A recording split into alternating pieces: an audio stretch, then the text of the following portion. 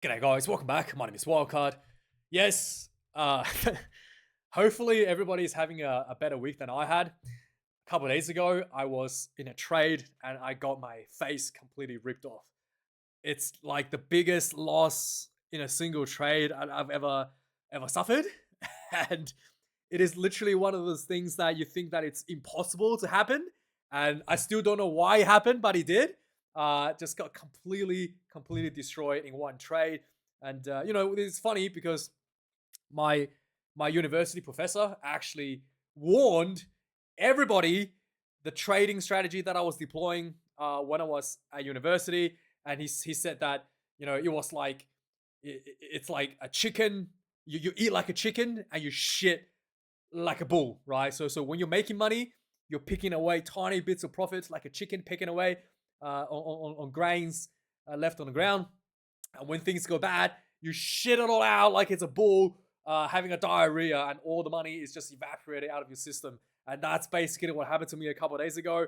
Boy, that was bad. That was quite painful. One of the most stressful days in my life. But yeah, hopefully everybody is looking forward to the weekend as much as I am, because this weekend Super Rugby is coming back to Sydney. The Waratahs, the greatest Welsh team in the world.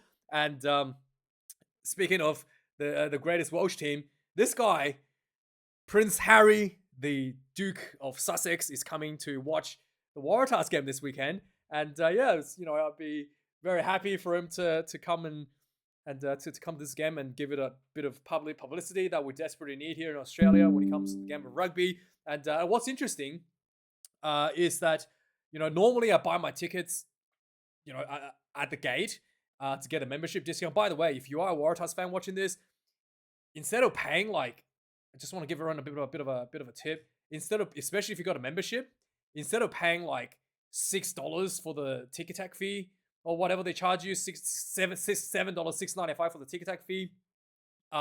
If you're a member, you can go to the gate and then you show them the membership, and they give you discounts on your membership.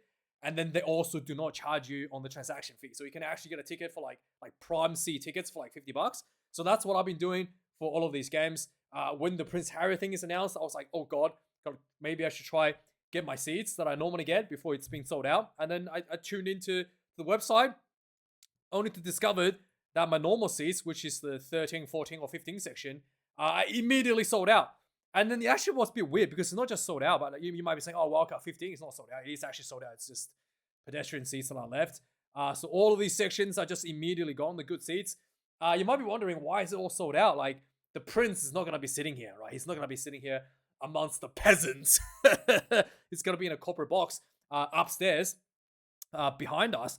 But the thing is, right? Like, I don't think it's sold out because if you look at what's on the opposite end of the field, these are basically equivalent seats to the 14, 13, and 15 section. These are exactly the same equivalent seats, and you can see this like widely available, right? Like it's all plenty of seats available. So it's definitely not because the prince is showing up and everybody just quickly bought out all the seats around him. No, what I think has happened is they just reserve all the seats for friends and family of the players, and also to just keep the crowds numbers limited on this section, on that section of the stadium, to create some space for the prince. He's gonna be upstairs, but just to create some space for the prince, and just maybe for like safety and security issues as well, just to clear out that section. So I'm guessing well, most likely that is what happened, not because the tickets are actually sold out in these sections like immediately, just based on the fact that all of these ones are the equivalent seats and not being sold out at all, right? So I think that's so. After seeing this, I actually went on a little bit of a rabbit hole, right? So just hopefully, you indulge me to go down a little bit of rabbit hole, because everybody knows the single most important day of my life is the Bledisloe Cup Day.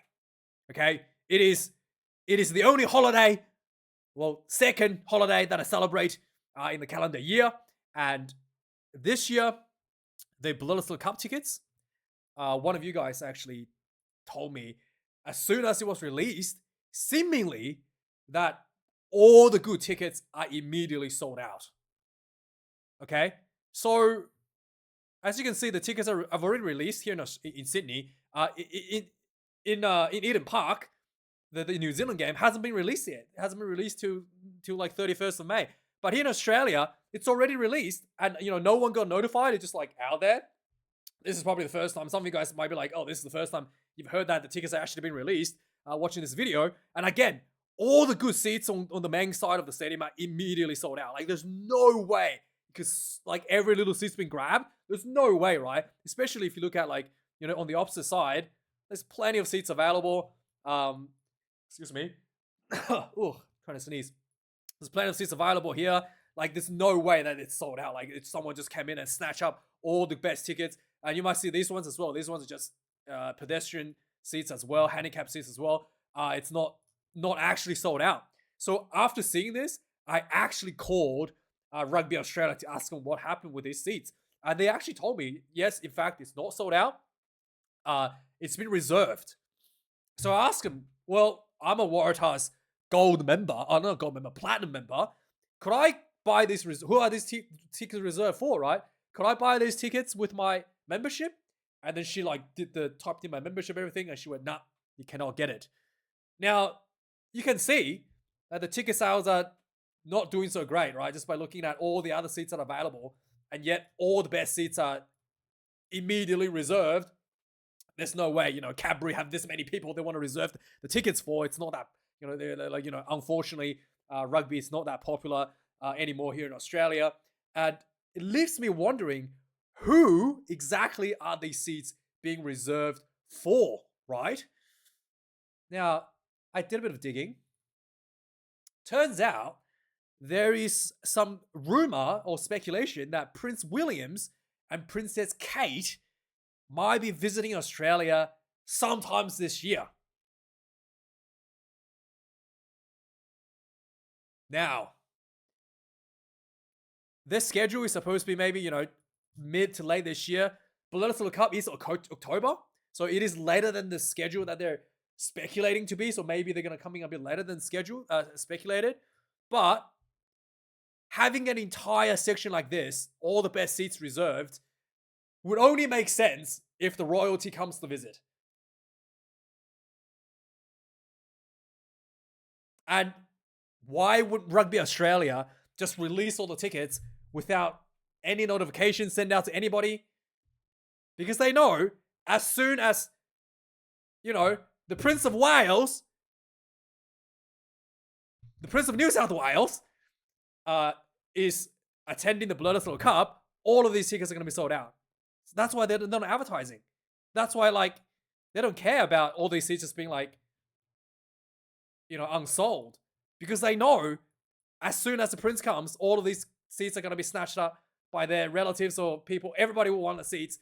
And, if you're a politician, you have 200 people that wants to come, and all of the seats are going to be given out to politicians, to the families and relatives of the prince and princesses. And all of the seats are going to be given to them. Think about it. Think about it. This is what's happening. So remember this when the news gets announced. Remember this. So anyway, with that little bit of rabbit hole and going down, I just want to point out, this is Reece Patchell, and this is Prince Harry. I don't want to sound racist, but they look the same to me. Okay, I'm not. I swear to God, I am not racist, but they look very much the same person to me. But anyway, let's move on. So obviously, Prince Harry is attending the game this weekend. We're going to talk about this in a minute, probably later this weekend. So the biggest match of this weekend is the Waratahs versus the Moana Pasifika. So let's go to Super Rugby rounds first, and we'll talk about that. Actually, no, let's just go with order. First of all, South Africa. Let's get the bit of news out of the way. Faf de Klerk is returning has re-signed with the Cheetahs. He's going back to South Africa. He was playing Japan for a bit. He's been out of the Springbok Looper quite a bit now. So yeah, maybe at the tail end of the career, but he's still, the fact that he's back home at the Cheetahs under Francois Staines watch is really nice to see. And also, I would like to point out that he's wearing a what do they call it? A crop top, one of those girls' crop top shirt underneath. right? You can clearly see he's wearing a crop top underneath. But I mean, what do you expect, right? Faf, something that I would totally expect him to wear a crop top underneath, or maybe he's wearing a bra, right? Who knows? Could be either of those. But just like to point out, Faf being Faf. So Super Rugby, let's do a review and quick preview, and then we'll talk about the lineup for the Prince game, for the Moana Pasifika and Waratahs game. So last weekend, round 9, some big results. Highlanders, Brumbies, I thought that was a controversial headbutt / duck / yellow card against the Highlanders.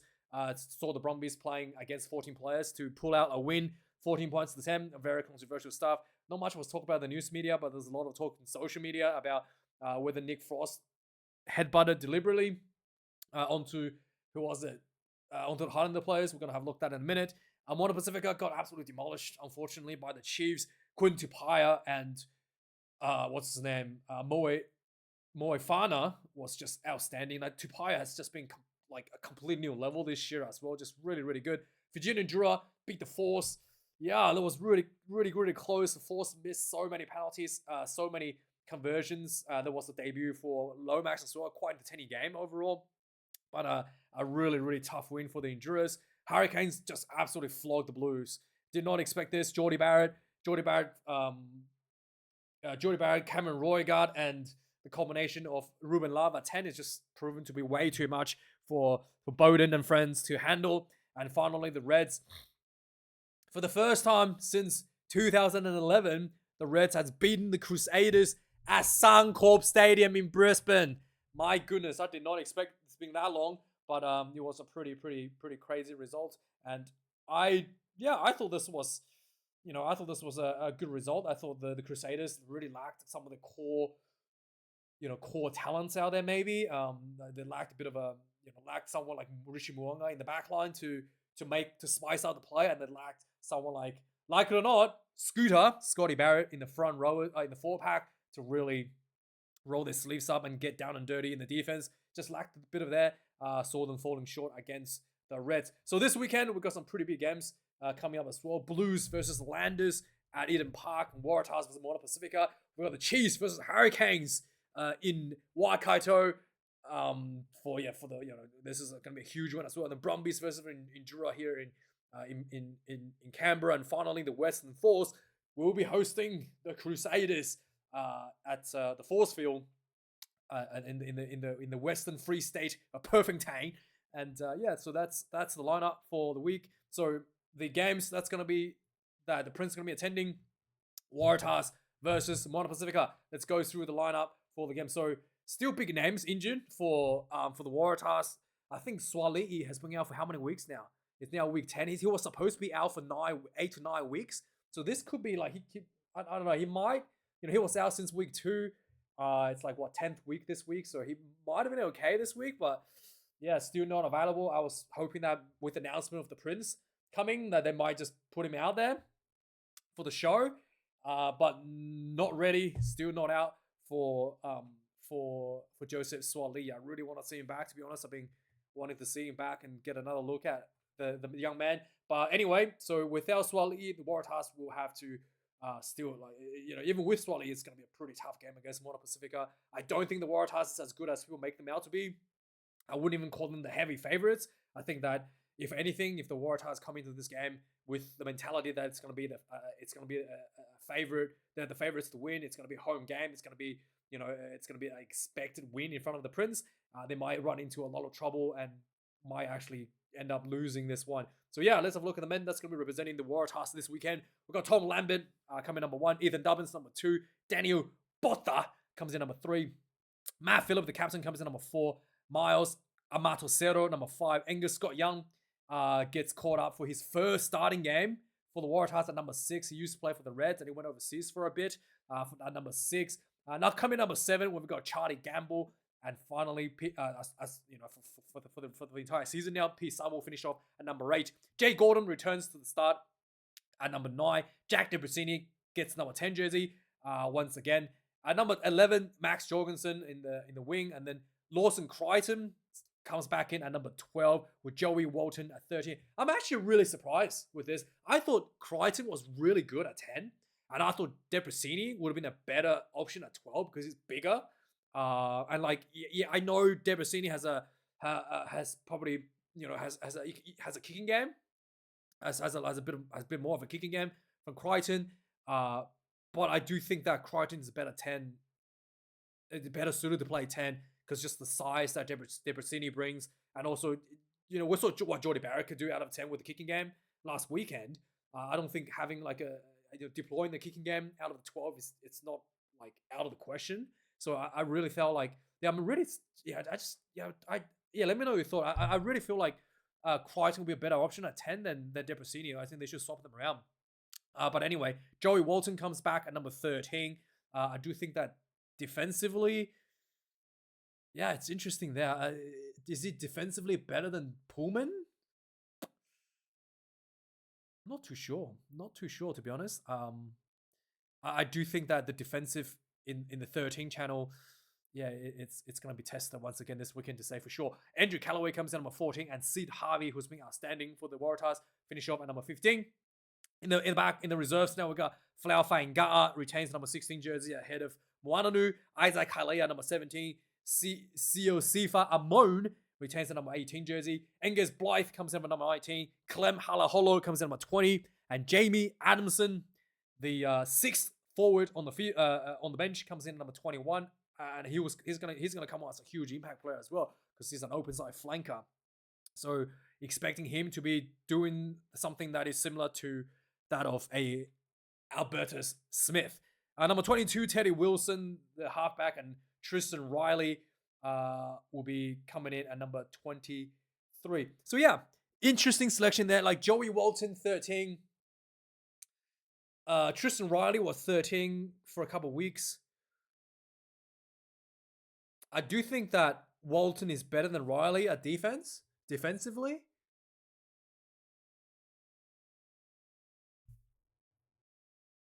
Yeah, really interesting, really interesting selections here. But yeah, anyway, let me know your thoughts on the Waratahs team. I do think that, yeah, getting the Joseph Swali'i back as soon as possible will be really, really crucial for this Waratahs team. For the Moana Pasifika now, we've got Patrick Peregrini, the Rugby Australia's let go. For Moana Pasifika at 10. So let's go through the Moana Pacific team. Coming in at number 1, Abram Paul. Number 2, Millennium, Sane Rivi.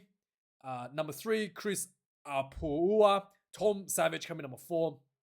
Vei Koso Poloniati comes in number 5. Miracle Failangi, the captain, who's been outstanding for Moana Pacifica for a couple of years now, comes in number 6. Semesini Paella comes in number 7. Semisi Tai Loa comes in at number 8. Comes in number 9. Melani Matavao, number 9. We got Patrick Peregrini, number 10. Glenn Vaihu, number 11. Tavita Latu, number 12.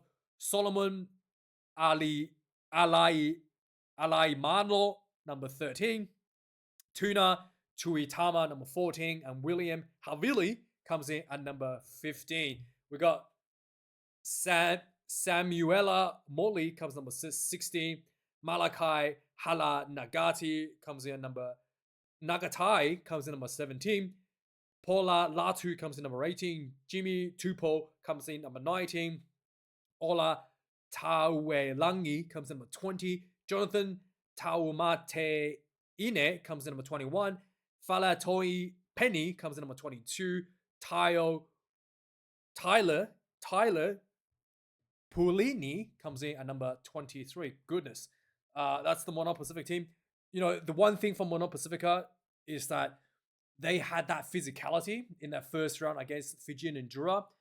Just hasn't been seen since that first round. Like there was a lot of straightforwards, just carry and dominance and just in your face, pick and go style of rugby. That worked really, really well against Fijian and Drua.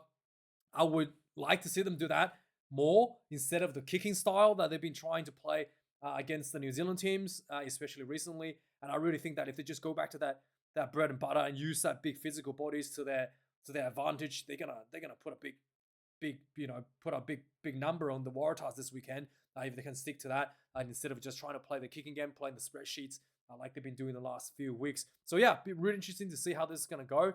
Let me know your thoughts. For the Brumbies, big return this weekend is Tom Wright, the man that stepped Damien Willemse at the Miracle at Johannesburg Day, 16th of August 2025, right? He is finally back after getting injured in the subsequent game by one of you Bokkers. But yeah, he's finally back. I'm looking forward to seeing him play for the Brumbies this weekend. The Crusaders going to Western Force this week. Probably won't go through the list. Still got a lot of injuries. Players like, the big names like, Blackadder, Cody Taylor, like Havili. Like literally everyone is injured in the Crusaders team, right? Like Kyle Preston, Ethan Blackadder, Braden Eno, Liam Jack, Will Jordan is injured, calf. Oh my goodness. David Havili, concussion. Aki Tuivailala, Cody Taylor, Colin Grace, James White, Tamati Williams. Like, Jesus, that's so many All Blacks injured on the bench for the Crusaders. And I think Western Force has a good chance to take this one. So Zach Lomax for the Western Force is finally starting for the Western Force this weekend at number 14. I'm surprised they didn't just... Yeah, I'm surprised they... I guess it's not surprising because he's still getting used to the rugby union. But yeah, we'll see how he goes. We'll get more than 20 minutes this time. Last week he was pretty good under the high ball. And he did linked up one of the tries for the Western Force as well. Did a really crucial job there. The first thing he did in the game was going to secure the ball at the breakdown. So definitely knows what he needs to be doing. So yeah, it'll be interesting to see how he's going to go with this game. And, that kicking game, that up and under to the sideline, be interesting to see if they're going to do that again this week to try to utilize that talent, that athleticism that he's got for the Western Force there. Return, we're going to talk about that. So Russing, so let's go on to the next bit of the game. We'll talk about this a bit later. So next bit of Super Rugby news is that, the Fijian and Drua head coach was fired after that 2-point win over the Western Force. Glenn Jackson, he took over the Fiji head coach. The current head coach also got fired. What's his name? Mick Byrne, I think his name was. So Mick Byrne was fired from the Fijian head coaching role. Mick Byrne was moved up to the head coach from the Fijian and Drua for his good performance at Fijian and Drua. So he was moved up to head coach, and Glenn Jackson was the assistant coach, and then he took over the Drua. So now that Mick Byrne has been fired from the head coach of Fijian head national team, and Glenn Jackson is fired from Fijian and Drua, does it mean that they're going to move Mick Byrne back down to Fijian and Drua as the head coach? It's possible. They have not announced, they have not got anybody lined up for the Drua as of the firing of Glenn Jackson, this week. So they're still looking. They're still saying we're just looking for a new coach. So again, they fired him without having anybody lined up for the job.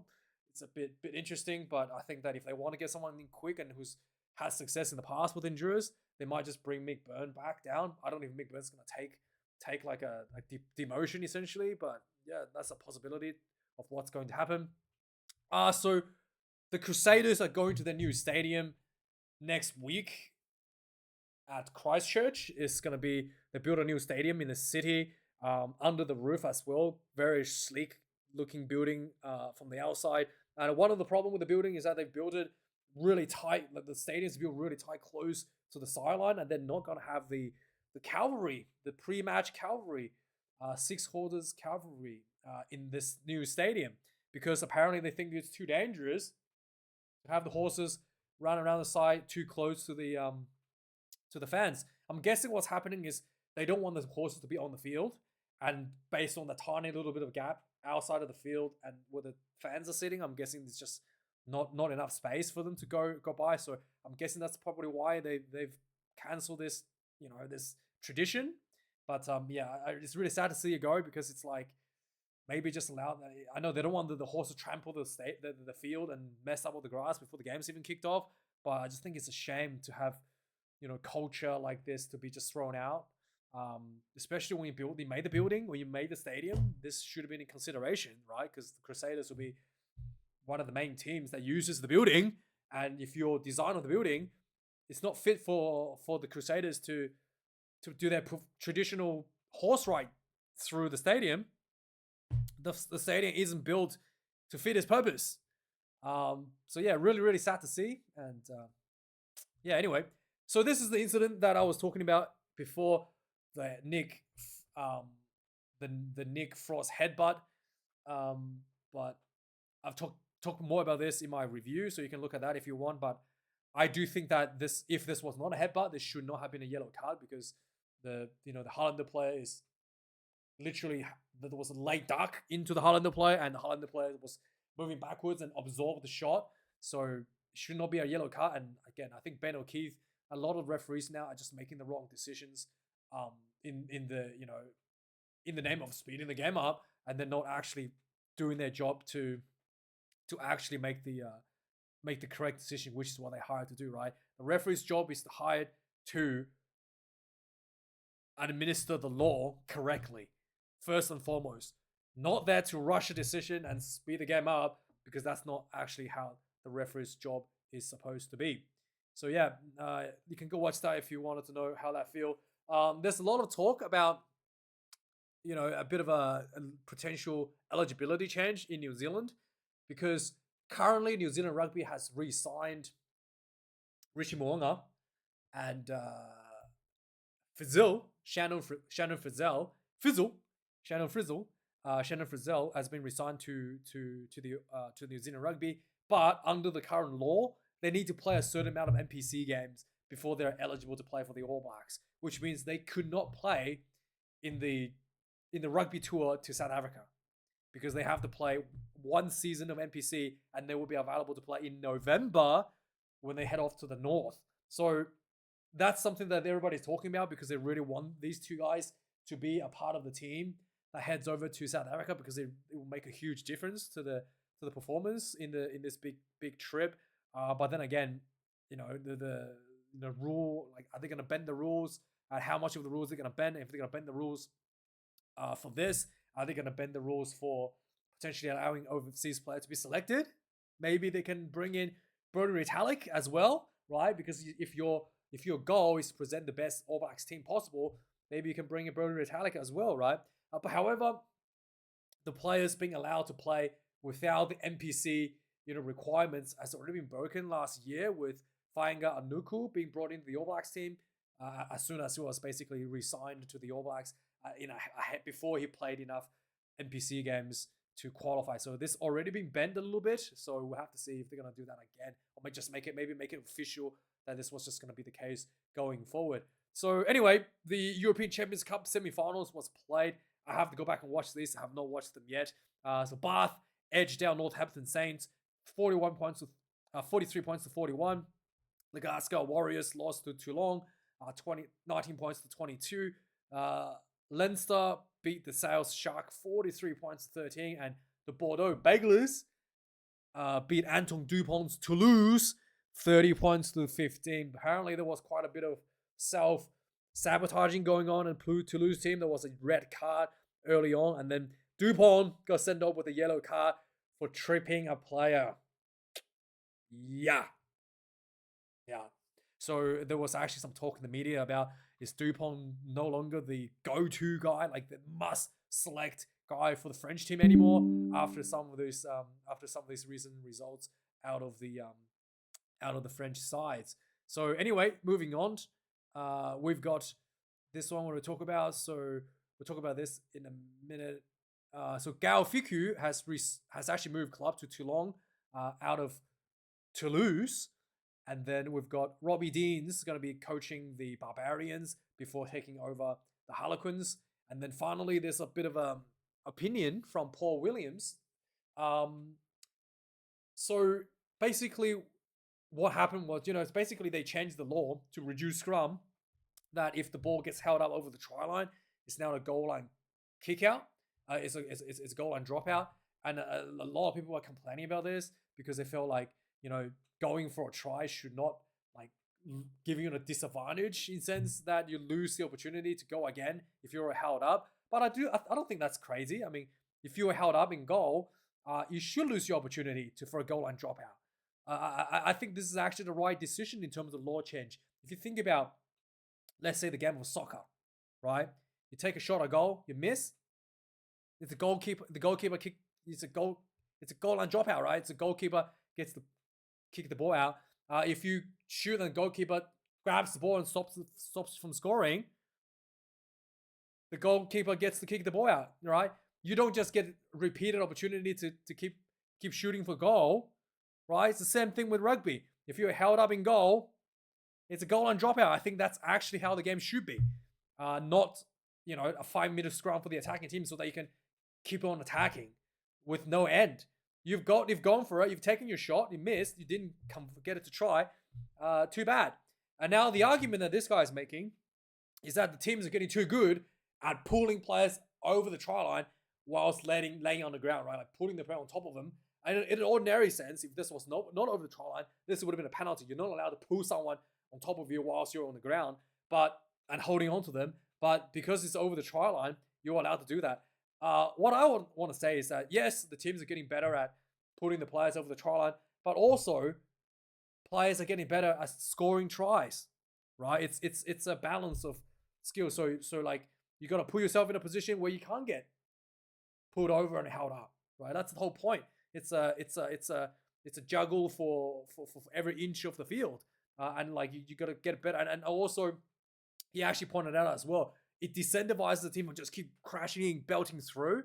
You incentivize them to spread the ball out wide and scoring wider because it's much harder for a player to pull you over whilst being under the pull you over the try line whilst laying on the ground. If someone's running at you at full speed in wide open space, so it does encourage that as well. So I do think that it's a good thing.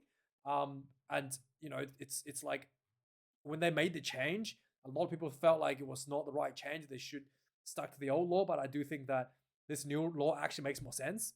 And I do think that, I have no issue with it. I think this is a good way to go about it. And I don't think, hopefully they don't just do a backflip and revert it back to what it used to be, despite they've taken away the scrum. As a result, I do think this is a good change. But anyway, let me know your thoughts on any of these articles. And thanks for watching. Like, comment, subscribe.